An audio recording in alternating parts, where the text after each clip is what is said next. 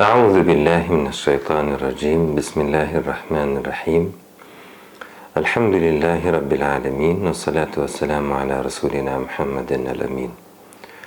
الحمد لله على نعمة الإسلام، الحمد لله على نعمة الإيمان، الحمد لله على نعمة القرآن، الحمد لله الذي هدانا لهذا وما كنا لنهتدي لولا أن هدانا الله. لقد جاءت رسل ربنا بالحق، صلوا على رسولنا محمد، صلوا على قرة أعيننا محمد. اللهم صل على رسولنا محمد وعلى آل رسولنا ونبينا محمد.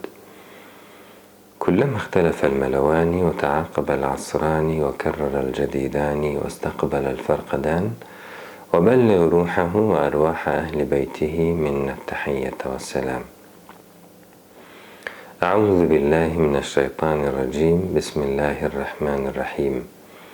رب اشرح لي صدري ويسر لي أمري واحلل عقدة من لساني يفقه قولي، وأفوض أمري إلى الله إن الله بصير بالعباد. وما توفيقي ولا اعتصامي إلا بالله، عليه توكلت وعليه فليتوكل المتوكلون. ربنا لا تزغ قلوبنا بعد إذ هديتنا وهب لنا من لدنك رحمة، وهب لنا من لدنك رحمة، وهب لنا من لدنك رحمة إنك أنت الوهاب. ربنا اغفر لنا ولإخواننا الذين سبقونا بالإيمان ولا تجعل في قلوبنا غلا للذين آمنوا ربنا إنك رؤوف رحيم. اللهم صل على رسولنا محمد حتى لا تبقى صلاة. اللهم بارك على رسولنا محمد حتى لا تبقى بركة. اللهم ارحم رسولنا محمدا حتى لا تبقى رحمة. اللهم سلم على رسولنا محمد حتى لا يبقى سلام. اللهم صل على رسولنا محمد وعلى آل رسولنا ونبينا محمد، كلما ذكره الذاكرون وكلما سهى عنه الغافلون. اللهم لا سهل إلا ما جعلته سهلا، وأنت تجعل الحزن سهلا إذا شئت. اللهم عاملنا بما أنت أهله ولا تعاملنا بما نحن أهله. اللهم اجعل هذا العمل خالصا لوجهك الكريم. اللهم انصر من نصر الدين واخذل من خذل المسلمين. اللهم انصر جيوش المسلمين وعساكر الموحدين، واكتب الصحة والسلامة والعفو والعافية علينا وعلى الحجاج والغزاة والمسافرين في برك وبحرك من أمة محمد أجمعين. اللهم أخلصنا بخالصة ذكر الدار، وجعلنا عندك لمن المصطفين الأخيار. اللهم أخلصني بخالصة ذكر الدار، وجعلني عندك لمن المصطفين الأخيار. رب زدني علما وألحقني بالصالحين. رب زدنا علما وألحقنا بالصالحين. ربنا آتنا من لدنك رحمة وهيئ لنا من أمرنا رشدا. اللهم رب إني لا أحصي ثناء عليك، فأنت كما أثنيت على نفسك، ولا حول ولا قوة إلا بك يا رب العالمين.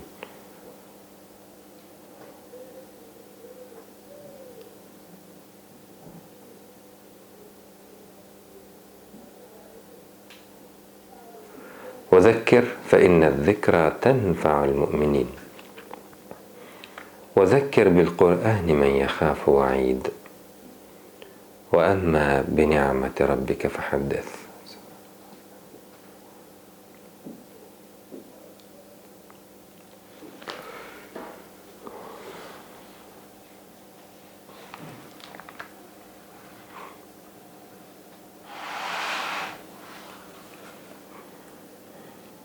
أعوذ بالله من الشيطان الرجيم.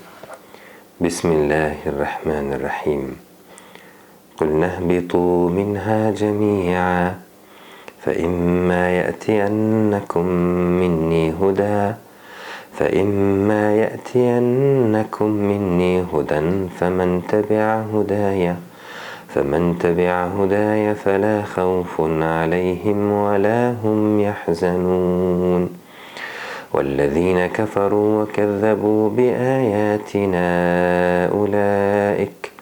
أولئك أصحاب النار هم فيها خالدون يا بني إسرائيل اذكروا نعمتي التي أنعمت عليكم وأوفوا بعهدي أوف بعهدكم وإياي فارهبون وآمنوا بما أنزلت مصدقا لما معكم ولا تكونوا أول كافر به ولا تشتروا بآياتي ثمنا قليلا وإياي فاتقون صدق الله العظيم. These are ayat from Surah Al-Baqarah, beginning with the ayah number 38 until the ayah 41. At the first ayah of today, Allah the Almighty says, قُلْنَا, and we said. Allah said this to Adam and to his wife, including Satan. Allah said to them all, but especially the statement addresses Adam and his wife, so his progeny, children of Adam. قُلْنَا اهْبِطُوا, so go down. It means that they were not in the earth. Therefore Allah said, اهْبِطُوا مِنْهَا جَمِيعًا, and somewhere else He said, وَلَكُمْ فِي الْأَرْضِ مُسْتَقَرٌ. At the ayah number 36, He said, وَلَكُمْ فِي الْأَرْضِ مُسْتَقَرٌ وَمَتَاعٌ إِلَى حِينٍ. In the earth there will be a life for you for a while, وَمَتَاعٌ, and provision for a while. You will be there. And this second statement, like the statement before, اهبطوا بعضكم لبعض عدو, go down, some of you as enemies to others, and there will be in the land وَلَكُمْ فِي الْأَرْضِ مُسْتَقَرٌ وَمَتَاعٌ إِلَى حِينٍ. The second order of Allah Azza wa Jal, it may include Satan and the progeny of Satan, and especially here Allah Azza wa Jalla said جميعا, and this is the difference between the ayah 36 and the ayah 38. Here again Allah Azza wa Jal says to them, go down, but we feel that here at the second ayah Allah especially talks to the children of Adam. Therefore He said جميعا. It means after Adam, after his wife, and after Satan, you as the progeny of Adam, you will be there in the land. So قُلْنَا اهْبِطُوا مِنْهَا جَمِيعًا, all of you together. This is the main difference of the statement of this ayah and the ayah before. But this ayah includes something else, where Allah says فَإِمَّا يَأْتِيَنَّكُمْ مِنِّي هُدًى. After you go down in the earth, whenever you receive minni, from me, hudan, as a guidance.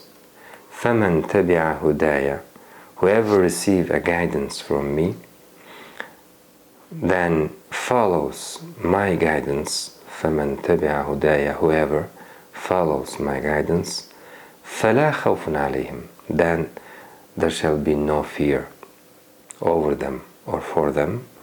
وَلَا هُمْ يَحْزَنُونَ, nor shall they grieve. So this is very general statement of Allah Azza wa Jal.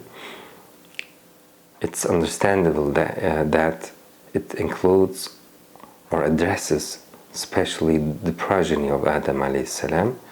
And at the beginning Allah said, قُلْنَا, we said, اهبط, to all of you, جميعا. So this is the place where the children of Adam live, and you as the reader, one of his progeny of Adam alayhi salam, you have to know that you will receive a guidance from me. فَإِمَّا يَأْتِيَنَّكُم مِّنِّي هُدًى. Here Allah the Almighty talks about the guidance. But in the ayah before, which started or which mentioned at the same issue, اهبطوا بعضكم لبعض عدو, go down, بعضكم لبعض عدو, as an enemy for each other. وَلَكُمْ فِي الْأَرْضِ مُسْتَقَرٌ, you will be in the earth and there will be a limited time for you and limited provision. It shaped or mentioned the statement of Adam alayhi salam, and the statement of the progeny of Adam, the mankind in the earth. And here it talks about something else. Yes, you will be in the earth. Yes, there will be a limited time for you in the earth and a limited progeny for you, and you will be as enemies for each other. You have to control yourselves in order to not wrong to others. So you will have some other special faculties granted by Allah the Almighty in order to control yourself and live in a good manner with your friends and with the people. That was talking about the consequences of that place. But here Allah the Almighty says something different. Yes, go down, but fa means but. إِمَّا يَأْتِيَنَّكُم مِّنِّي هُدًى. This is another aspect of being here for us. You will receive guidance. فَإِمَّا يَأْتِيَنَّكُم مِّنِّي هُدًى, whenever you receive a guidance from me, فَمَنْ تَبِعَ هُدَايَ, whoever follows that guidance of mine, فَلَا خَوْفٌ عَلَيْهِمْ, there is no fear for them. There shall be no fear for them. وَلَا هُمْ يَحْزَنُونَ, nor shall they grieve. So it's not a punishment given by Allah Azza wa Jal to the progeny of Adam. Allah guarantees for them that in the earth there shall no fear for you, and there shall no grief for you, nor in the earth, nor after the earth. This life of you and the life after that, which will start in the hereafter, you have to know about all of that. Whenever you receive a guidance, and if you follow that guidance, then be sure, be confident that you will have no fear, and you will have no grief. فَلَا خَوْفٌ عَلَيْهِمْ وَلَا هُمْ يَحْزَنُونَ. This ayah contains very important thing, that the human being will receive a guidance. Allah will not give that responsibility for any of children of Adam, of any human being, without showing him, without guiding him to the truth. Yes, there is a responsibility, but that responsibility requires the guidance of Allah Azza wa Jal. Allah will cause us to be aware about the reality of this life and about the reality of hereafter, which awaits us after this life. Allah will make them all clear, and this is the guidance of Allah. Therefore, in Quran, you will find in many places that Allah says, I will make it clear for you. سَنُرِيهِمْ آيَاتِنَا فِي الْآفَاقِ, we shall show them our ayat until حَتَّى يَتَبَيَّنَ لَهُمُ الْحَقِّ, until it becomes clear according them, not according Allah or not according the angels. In their sight, according them, it will be plain and manifest that Allah the Almighty is the only creator, the creator of the heavens and the earth. And Allah, it's not a special name, it just means the only one God. It's not a special name which belongs to the Arabs or to other nations. You may name him in your language.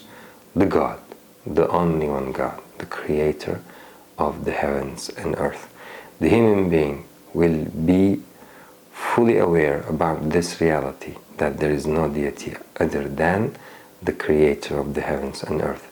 And Allah will give this understanding to all people in their life in order to make it clear for them their responsibility to recognize the creator of the heavens and earth, and not to worship each other, and not to worship anything or anyone other than the Almighty Creator. فَإِمَّا يَأْتِيَنَّكُم مِّنِّي هُدًى. So it is very important for us, this second part of the ayah.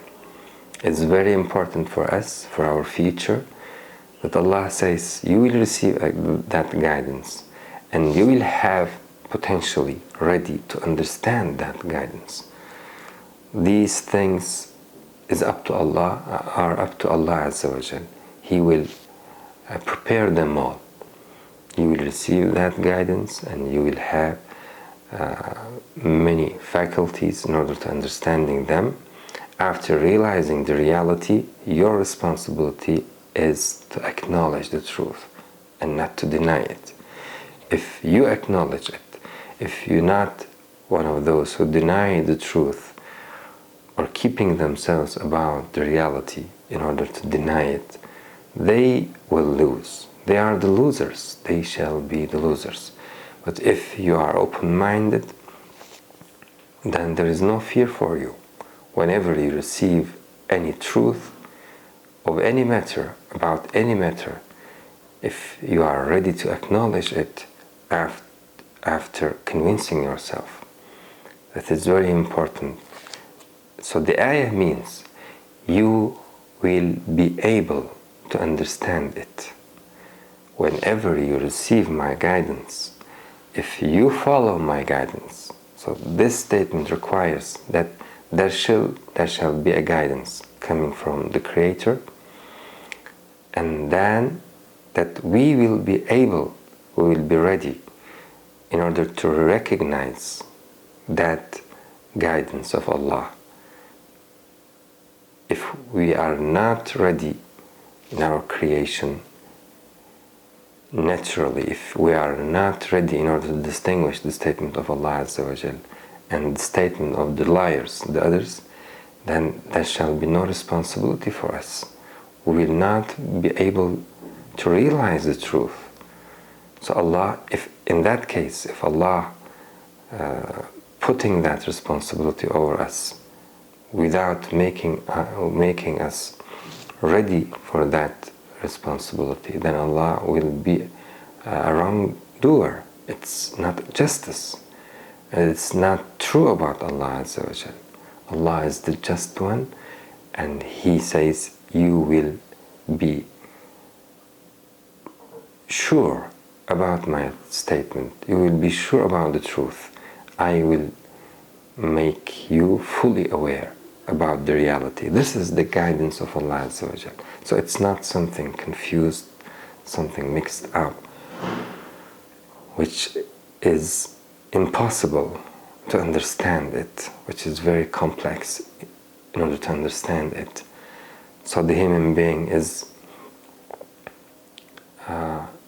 in a difficult state in this life, don't know what is the truth, and trying to understand it, trying to achieve the reality.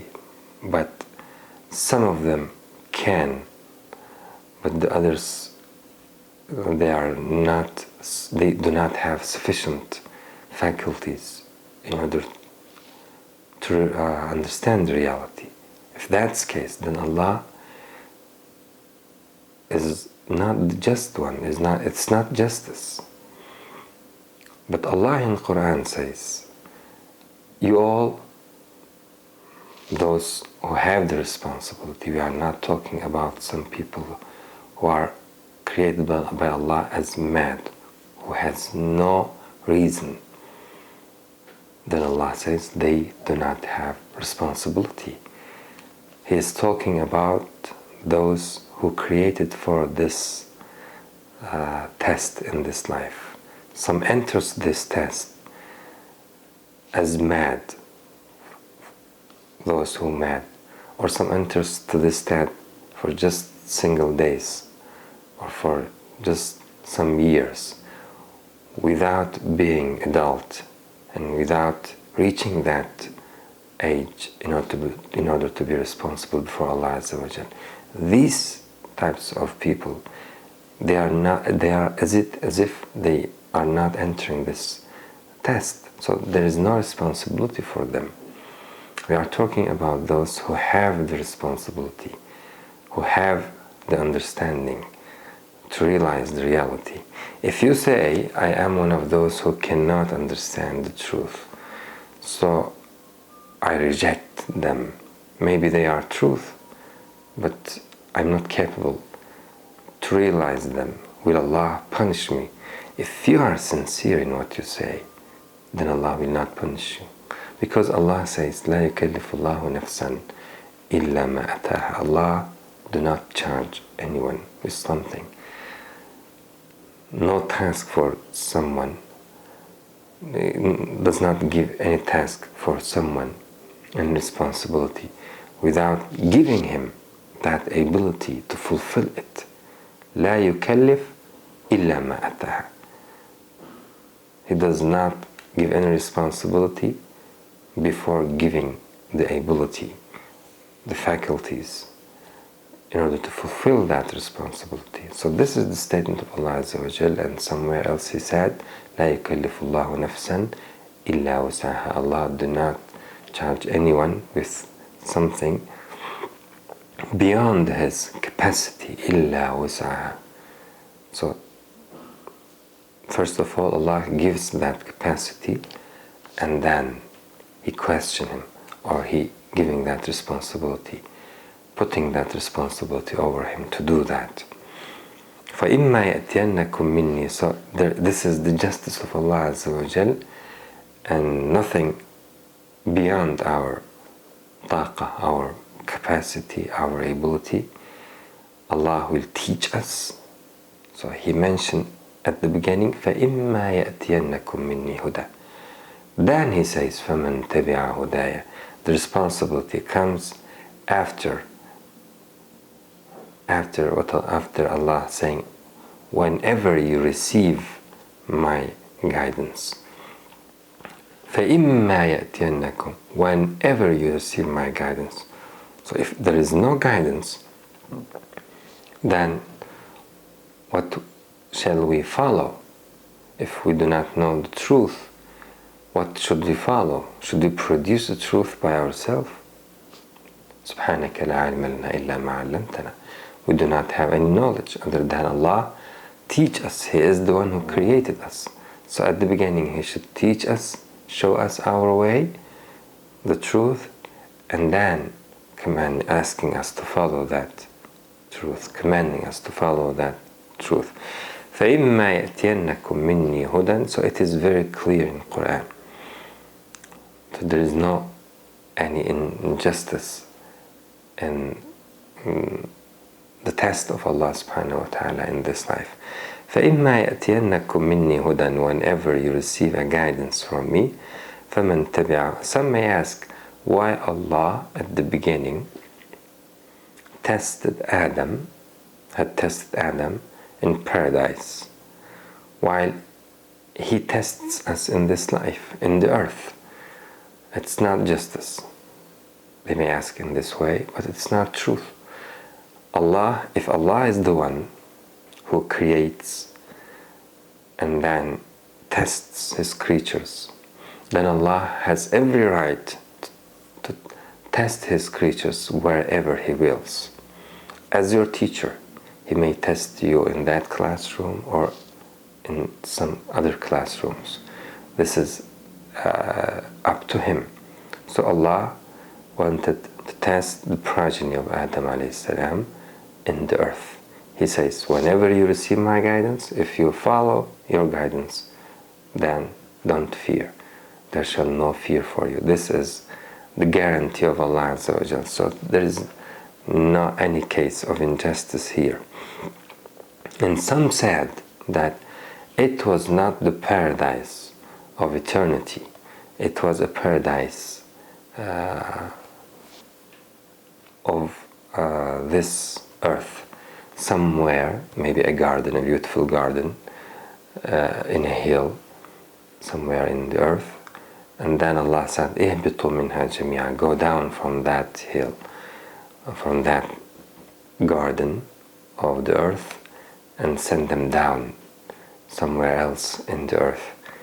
And they say that in order to make it clear that Satan will not be able to enter paradise, in order to give some whispers to Adam, in order to convince them to follow him and eat from that tree. So they say that this cannot be the paradise of eternity, and this is a paradise here. But still, there's some problems in this understanding, because they think that Satan cannot say to Adam or whisper to Adam without entering paradise. But we cannot be sure about this. And Allah said, فَوَسْوَسَ لَهُمَا الشَّيْطَانِ. So the waswasa really, does the waswasa really requires to be near him in the same place physically? And especially when the creation of Satan was different than Adam. Maybe he said to him from somewhere where Adam cannot see him. As Allah said, إِنَّهُ يَرَاكُمْ هُوَ وَقَبِيلُهُ مِنْ حَيْثُ لَا تَرَوْنَهُمْ. He and his progeny, his folk, sees you from somewhere where you cannot see them. يَرَاكُمْ هُوَ وَقَبِيلُهُ مِنْ حَيْثُ لَا تَرَوْنَهُمْ. So maybe Adam didn't see him. He just heard him, like we hear him when he speak or give whisper to us. And he promised him to eat from that tree. Then Adam went and ate from that tree. So we are not sure about the details. We are not sure that the waswasa requires to be with him physically. So it's not an argument to say that Satan, if Satan entered there, then there is, or that is not the paradise of eternity. And some others said that the paradise of hereafter, if you enter there, then there is no emerging from that place. If you enter, then you are there. Allah will not exit you, will not cause you to exit, to go out from that place. So Satan did not enter there. If he could enter there, then he should be there. But this also is not true. Allah didn't mention the paradise, or didn't say about the paradise that if someone entered there in any occasion, then he will not be able to go out from there, or he will not be caused to go out from there. It's not clear. We do not have some knowledge. We know that the people, mankind, after this life, in the hereafter, they will be invited to enter paradise eternally. سَلَامٌ عَلَيْكُمْ طِبْتُمْ فَادْخُلُوهَا Khalidin, peace be upon you. You were righteous in your life, so enter this paradise eternally. But this invitation is especially for them. So maybe Satan entered there, and then Allah Azza wa Jal said to him and to Adam and the wife Adam, go down. قُلْنَا اهْبِطُوا مِنْهَا جَمِيعًا. So I'm not convinced from that idea that the paradise is somewhere in the earth, or should be somewhere in the earth. It may be the real paradise, but Allah, after the sin of Adam, sent them down to the earth. قُلْنَا اهْبِطُوا مِنْهَا جَمِيعًا فَإِمَّا يَأْتِيَنَّكُمْ, whenever you receive a guidance from me, فَمَنْ تَبِعَ هُدَايَ, whoever follows my guidance, فَلَا خَوْفٌ عَلَيْهِمْ, and there is no fear for them. It means that they will lose not anything. You fear from losing something, and you fear from dangerous or risky states awaits you. But Allah says, don't fear. If you follow my guidance, then you are in safety of mind. وَلَا هُمْ يَحْزَنُونَ, and there is no grief for them. No grief of anything they lose, or no grief of anything awaits them. Then khawf and huzn, fear and grief, Allah says both of them will not await you if you are one of the followers of my guidance. So this ayah, the ayah number 38, is the abstract of our life, and it is the main rule, or it mentions the main reality of our life. We are here by the command of Allah to be here, اهبطوا منها جميعا, starting with our father Adam alayhi salam. Then we are here in order to fulfill or to follow, as Quran says, follow the guidance of Allah as the Creator. And we are created sufficiently created to understand this guidance and to recognize it and follow it. Then the last part of the ayah, it's about the hereafter. It's about the consequence, that the result will be good for us if we follow His guidance. So this ayah is enough in order to understand the reality of this creation and the reality of the human life in this earth. Then Allah says, let me move on to the ayah number 39. وَالَّذِينَ كَفَرُوا, but those who denied, وَكَذَّبُوا, and blind, بِآيَاتِنَا, my ayat, my signs. This statement also means that they will understand it at the beginning and then belie it and then deny it.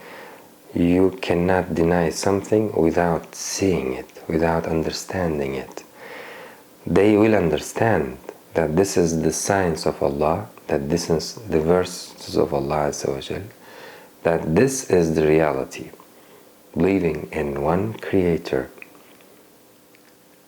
believing that He is the one who created the heavens and earth, believing that we cannot be out of nothing, believing that we have a responsibility, believing that we are responsible to use our mind and ears and hearts to do something, believing that there is a death awaits us, believing that we will return to that one who created us at the beginning, believing that He will fulfill justly, or He will judge justly between His creatures, believing that He will reward the righteous, the good people, those who followed the truth they understood, and believing that Allah will not make the end of the people equally between the righteous and crimers and those who crimed in their life. Allah says, أَمْ نَجْعَلُ الَّذِينَ آمَنُوا وَعَمِلُوا الصَّالِحَاتِ كَالْمُفْسِدِينَ فِي الْأَرْضِ أَمْ نَجْعَلُ الْمُتَّقِينَ كَالْفُجَّارِ. Do you think that the end of these people will be equal? Those who followed the truth and lived righteously in their life, and those who denied the truth and wronged others and wronged their Creator, denied Him, behaved arrogantly in their life, their end will not be equal. Allah will reward the first part and will punish the second part. These things, which is conceivable and understandable and very clear in the sound mind of the human being, if he follows them and if he puts his effort in order to establish that bond between him and his Creator, they will be rewarded by Allah Azza wa Jal. But those who deny, after understanding the same things as the righteous understood, those who denied deliberately, وَكَذَّبُوا, and blind them, بِآيَاتِنَا, our ayat, our signs, أُولَٰئِكَ أَصْحَابُ النَّارِ, they are the people of the fire. Allah threatens them with the fire. They will not be able to go paradise. This is one of the punishment of Allah Azza wa Jal for them. They will not be able to enter there. Allah said, إِنَّ الَّذِينَ كَفَرُوا وَكَذَّبُوا بِآيَاتِنَا لَا تُفَتَّحُ لَهُمْ أَبْوَابُ السَّمَاءِ. The doors of the heavens will not open for them. They will not be able to enter or to pass from the doors of the heavens. لا تفتح لهم أبواب السماء ولا يدخلون الجنة. And they will not be able to enter paradise. Allah made it forbidden for them. إِنَّ اللَّهَ حَرَّمَهُمَا عَلَى الْكَافِرِينَ. As the people of Jannah, they will say to the people of the fire, when they will ask them to send or to give them some foods or some fruits of the paradise, they will say, وَنَادَى أَصْحَابُ النَّارِ أَصْحَابَ الْجَنَّةِ أَنْ أَفِيضُوا عَلَيْنَا مِنَ الْمَاءِ أَوْ مِمَّا رَزَقَكُمُ اللَّهُ. They said, please send us some water or some things of Allah, some provisions of Allah, sustenance of Allah given to you by Allah. Please send some for us. مِمَّا رَزَقَكُمُ اللَّهُ. They will answer, saying that, قَالُوا إِنَّ اللَّهَ حَرَّمَهُمَا عَلَى الْكَافِرِينَ. Allah made them both forbidden for the deniers. So they will not be able to enter that place, the gardens of Allah Azza wa Jal.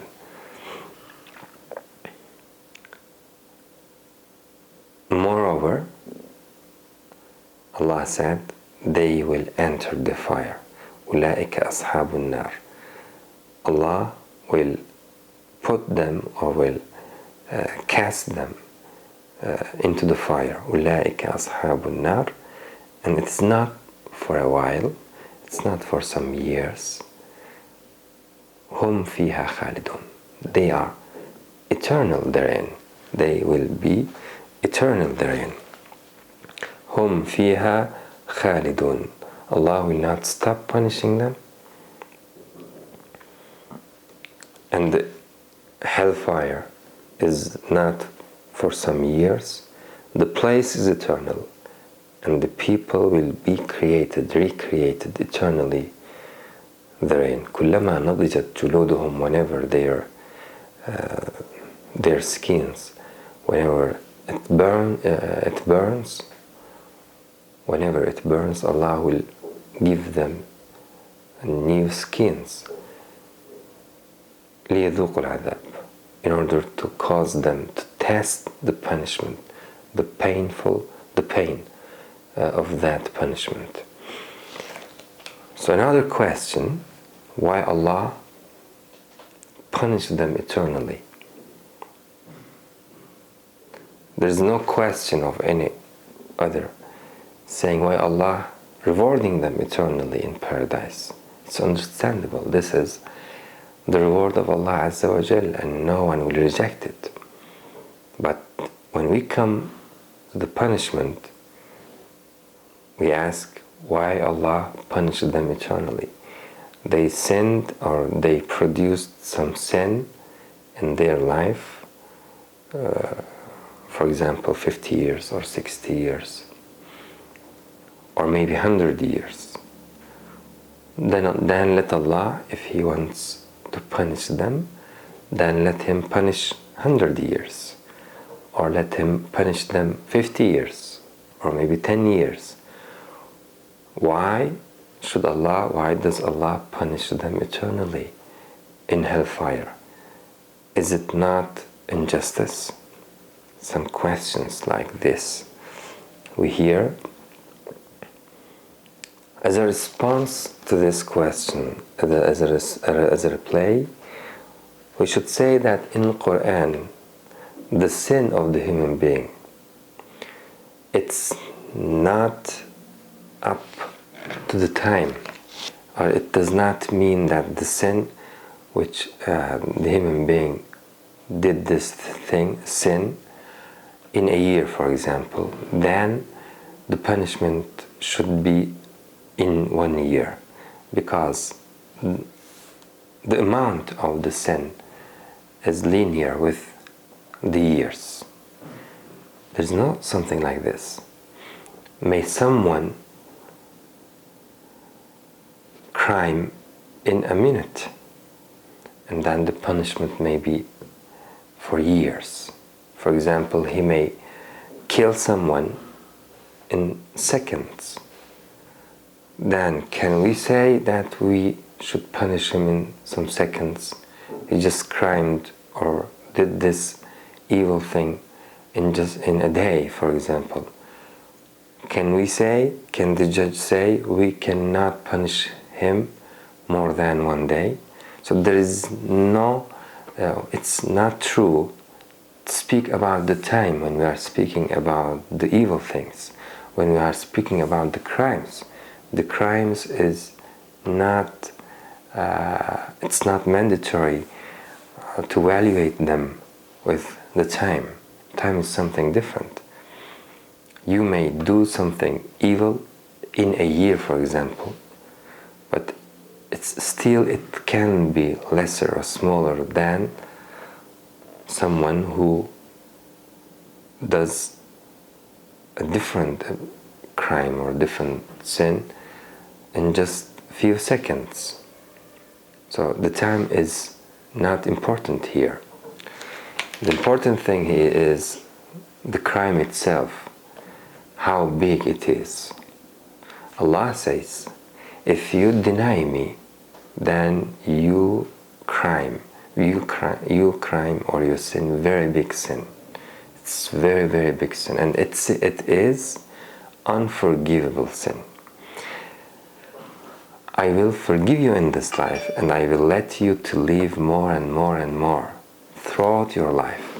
If you insist on denying me, if you insist criming this very big sin or very big crime against me, then I will take you into that eternal fire. And Allah says, I give them enough time. If they have any intention and any kind of intention in order to recognize me and respect me, those all will turn to me and respect me. And the others, if I give them more and more, million and million years, they will not change. The others, they will not change. And Allah Azza wa Jal take the soul of the human being in that case, when it is clear that whether he will return or not. If someone died as a denier, Allah says they will ask to be again in this life. They will ask a second chance. Allah says, وَلَوْ رُدُّوا لَعَادُوا لِمَا نُهُوا عَنْهُ. If I return them to their life, they will continue denying me. So denying Allah Azza wa Jal, we should ask this question: how big it is, how much it is big crime, denying the Creator, especially when you are fully aware about his right over you, that he is the one who created you from nothing and has every right over you, and made you fully aware about himself, but you denied him throughout your life, insisted on denying him until he took you back. أقول قولي هذا وأستغفر الله العظيم لي ولكم ولسائر المؤمنين. ربنا لا تؤاخذنا إن نسينا واخطأنا. ربنا ولا تحمل علينا إصرا كما حملته على الذين من قبلنا. ربنا ولا تحملنا ما لا طاقة لنا به. واعف عنا واغفر لنا وارحمنا أنت مولانا فانصرنا على القوم الكافرين. والسلام عليكم ورحمة الله تعالى وبركاته.